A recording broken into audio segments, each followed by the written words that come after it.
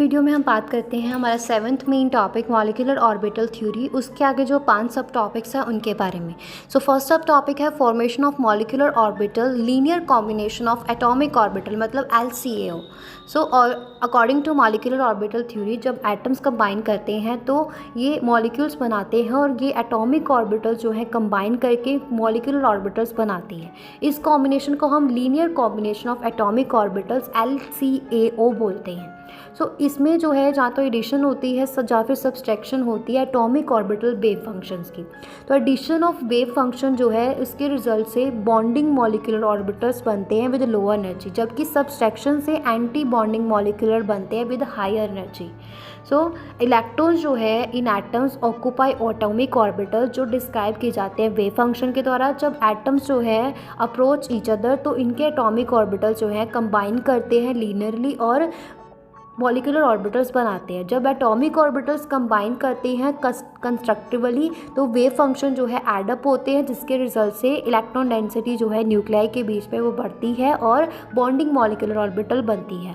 और जब atomic orbitals combine करते हैं डिस्ट्रक्टिवली तो वेव फंक्शन सब्सट्रैक्ट करता है और इससे जो है इलेक्ट्रॉन डेंसिटी जो है न्यूक्लियाई के बीच में वो कम हो जाती है और एक नोड बन जाती है और ये जो है एंटी बॉन्डिंग मॉलिक्यूलर ऑर्बिटल को बनाती है।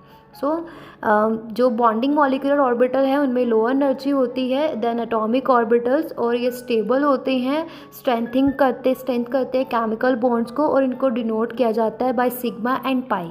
एंटी बॉन्डिंग मॉलिक्यूलर ऑर्बिटल जो है इनमें बहुत ज़्यादा हायर एनर्जी होती है than that of atomic orbitals और ये डिस्टेबलाइज मॉलिक्यूल्स होते हैं, ये केमिकल बॉन्ड को वीक करते हैं और इनको जो है सिग्मा और पाई से डिनोट किया जाता है। और एटॉमिक ऑर्बिटल जो है बहुत ज़्यादा जो है कंपैटिबल सिमेट्री होती है for effective combination to form molecular orbitals. Molecular orbital diagram जो है इसको ये विजुअली एनर्जी लेवल जो है एटॉमिक और मॉलिक्यूलर ऑर्बिटल्स में उसको रिप्रेजेंट करता है और ये बताता है कि कैसे इलेक्ट्रॉन जो है डिस्ट्रीब्यूट होते हैं डायग्राम में। तो number of molecular orbital formed is always equal to the number of atomic orbital that combine. Electrons are filled into molecular orbitals follow करते हैं of a principle Hund rule और starting with lowest energy level. So in molecular orbital theory electron जो है वो consider to be delocalized over the entire molecule और not just confined to individual items और bond. Molecular orbital theory जो है वो successfully explain करती है मैग्नेटिक प्रॉपर्टीज ऑफ मॉलिक्यूल जैसे कि पैरामैग्नेटिज्म और डायमैग्नेटिज्म को। बॉन्ड ऑर्डर जो है वो डिफरेंस को बताता है between the number of electrons in bonding and anti bonding orbitals. Clear है। अभी इसके बाद हम बात करते हैं सेकेंड सब टॉपिक की conditions for combination of atomic orbitals. हाँ जी।